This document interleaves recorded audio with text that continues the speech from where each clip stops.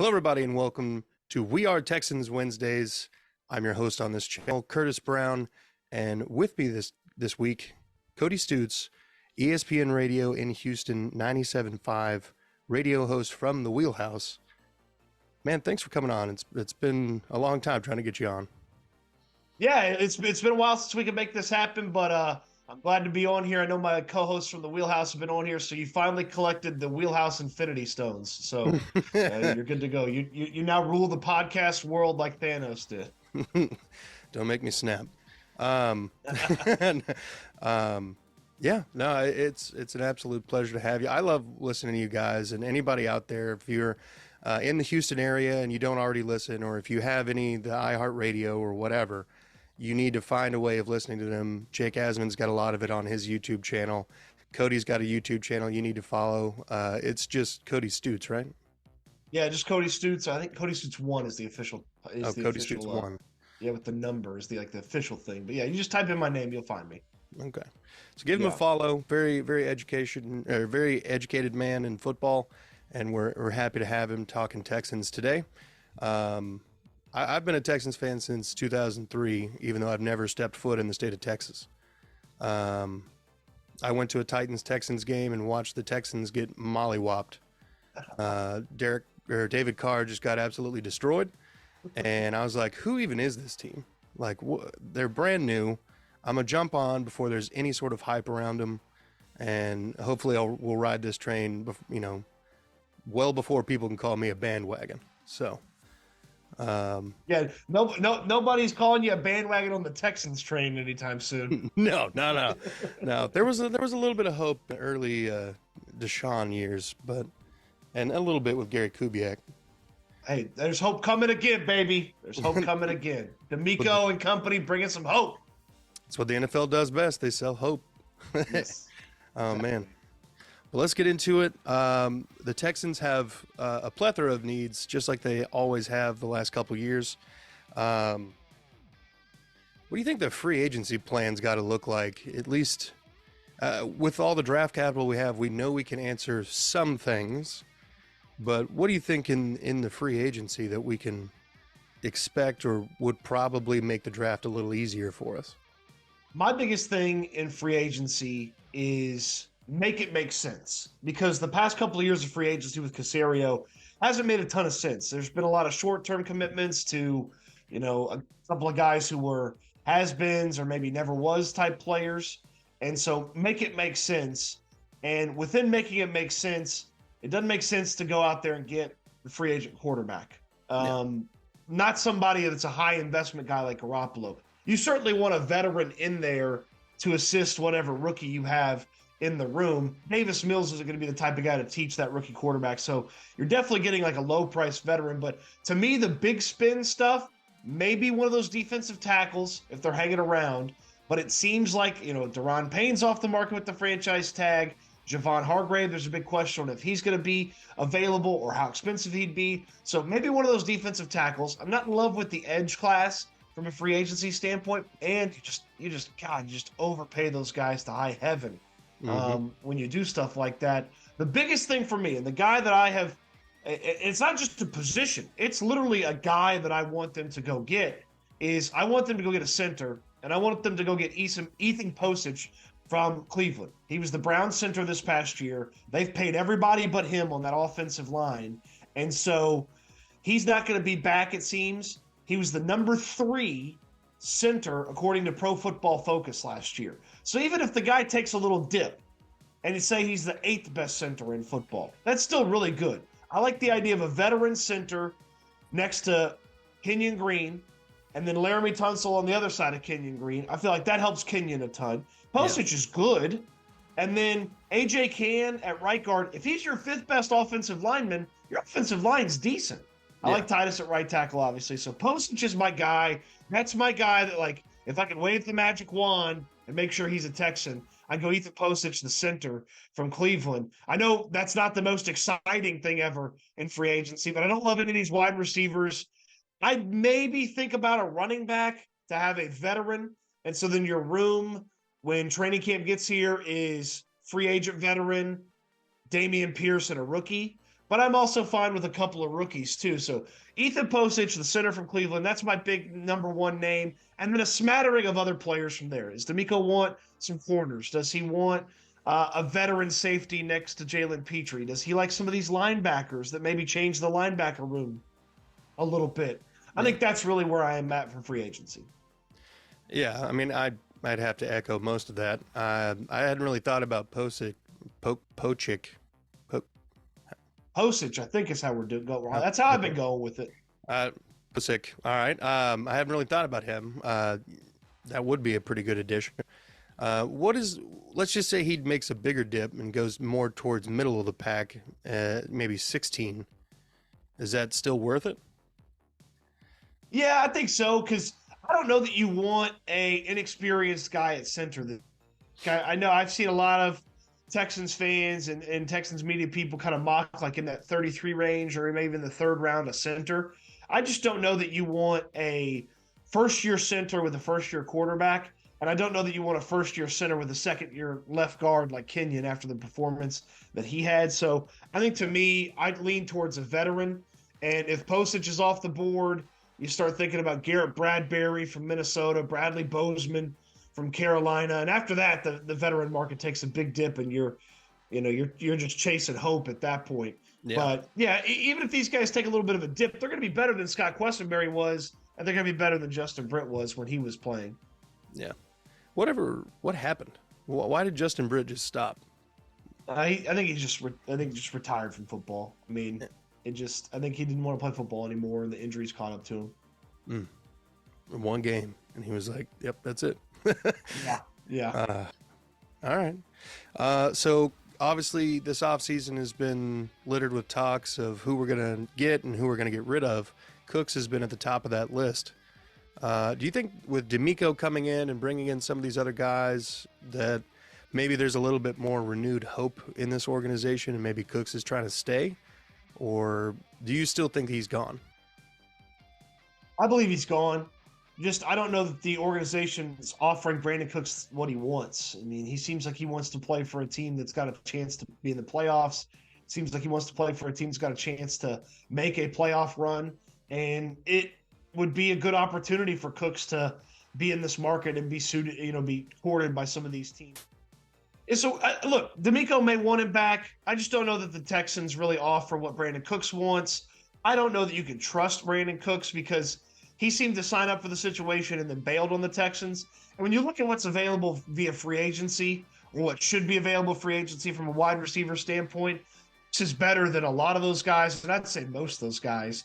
And so if you're a team that's looking in free agency, why not take that money? Cooks has a little bit bigger contract, but why not take that money, invest it in Brandin Cooks? Yeah, it costs you a draft pick, but wouldn't you want the guy that's better than a bunch of these free agency wide receivers? Yeah. Definitely, I think Cooks definitely is still in the better part of his prime, or like the prime years. You know how there's it's kind of like a helix or like a hill. He's on the decline, but still in the prime. Yeah, it's still the top part of the bell curve, even though it's on the backside. Yeah, I think we should be able to get some decent compensation. I'd like to get maybe some sort of rotational offensive lineman and a pick, or a defensive tackle and a pick or something. Because I mean, that's one of the fun parts about Cooks is you don't have to trade him for a pick. You can trade him for a player or players, or like you said, maybe you take a little bit less from the pick because you'll get a player back. I think that's a good idea too. I mean, I would love to get some defensive tackles in this room. Like the run game has just annihilated this team since 2020. So I'm good on basically who we got. I mean, there's some promise, I guess, but I don't know. Not a huge fan of the guys in that room. Let's shift gears to the draft a little bit.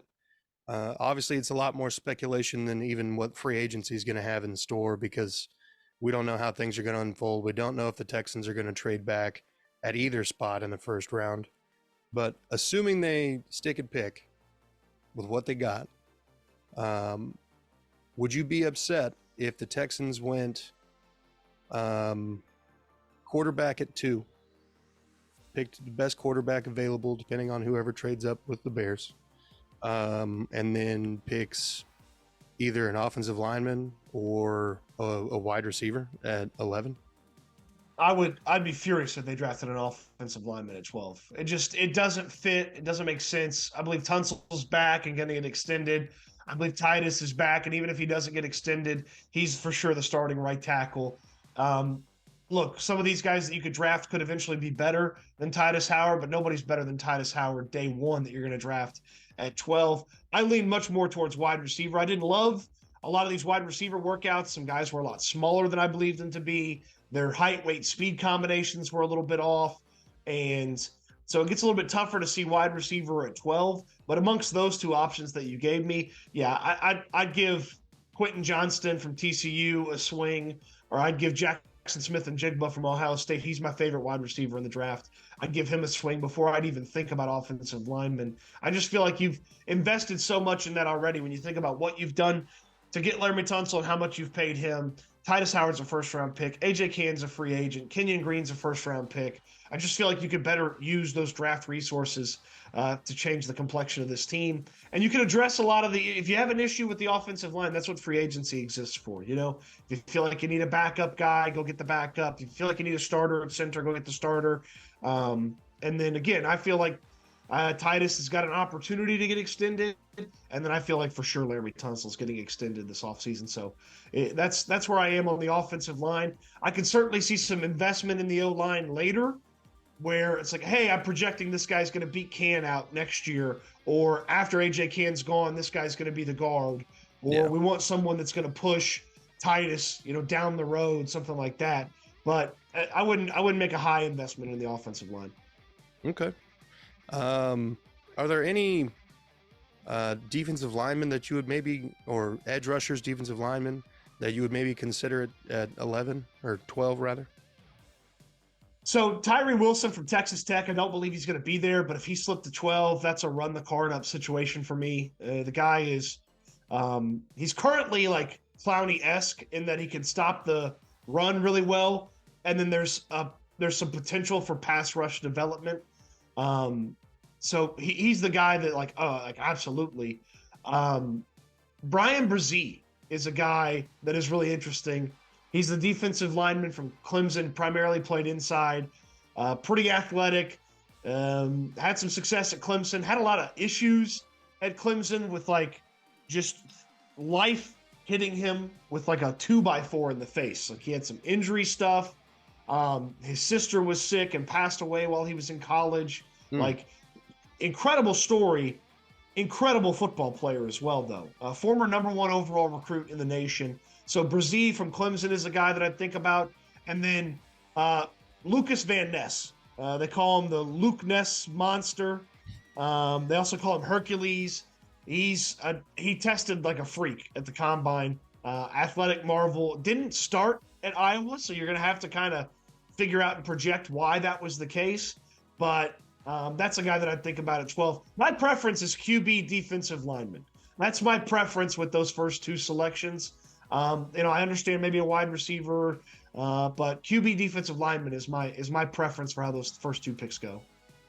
Yeah, I kind of touched on it earlier, but just the defensive line has been so abysmal for so long. And with the free agent class basically being peaked off with Frank Clark as kind of the best edge rush talent, we need something in this draft. Let's finish off here with some feasible trades. There's some people that are rumored to be on the market right now. Obviously, I don't think we'd ever try to trade for Derrick Henry, but that is a rumor that is happening. Jeffrey Simmons has been a rumor because they've had ongoing contract negotiations and whatnot. Jalen Ramsey, I've heard. Who was it? There was one other person that was relatively a big name. Let's just stick with those three. I don't think Jalen Ramsey would necessarily be on the table. I know that he's from Nashville, so actually I think if he was traded anywhere, he'd probably go to Tennessee. But I wouldn't be upset if we try to trade for Jeffrey Simmons. Tennessee's weird because if they're tearing that sucker down, I think everybody and their mom be calling about a handful of guys. You mentioned Henry. Kevin Byard, their safety, is a guy that I think a lot of people will call about. And then Simmons would be the guy that's really interesting. Tough part about Simmons is I could see that him going for a late first. Somebody in that back part of the first round's like, we're not getting somebody as good as this guy. We'll just trade for him and pay him. I wouldn't move 12 for him. Yeah. And I wouldn't move a future first for him. But, if you could convince Tennessee, hey, we got to pay this guy as soon as he gets in the building. So we're not giving you a premium draft content or draft capital for him.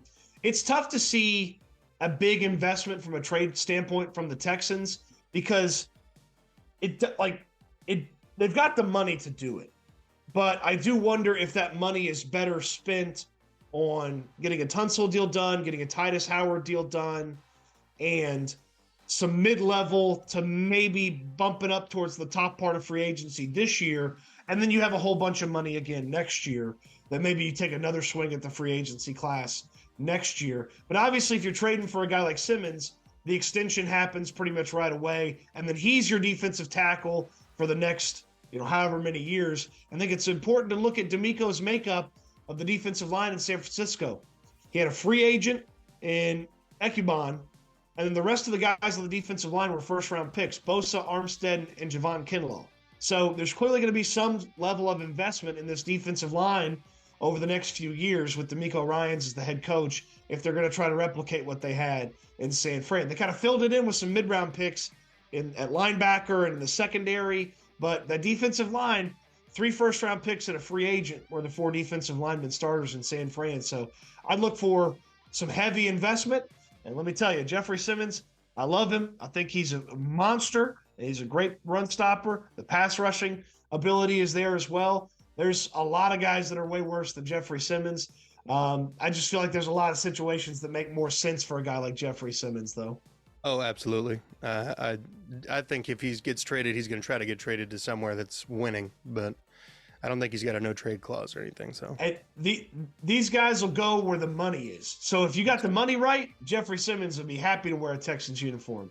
If you don't got the money right, he ain't wearing a Texans uniform. That's true.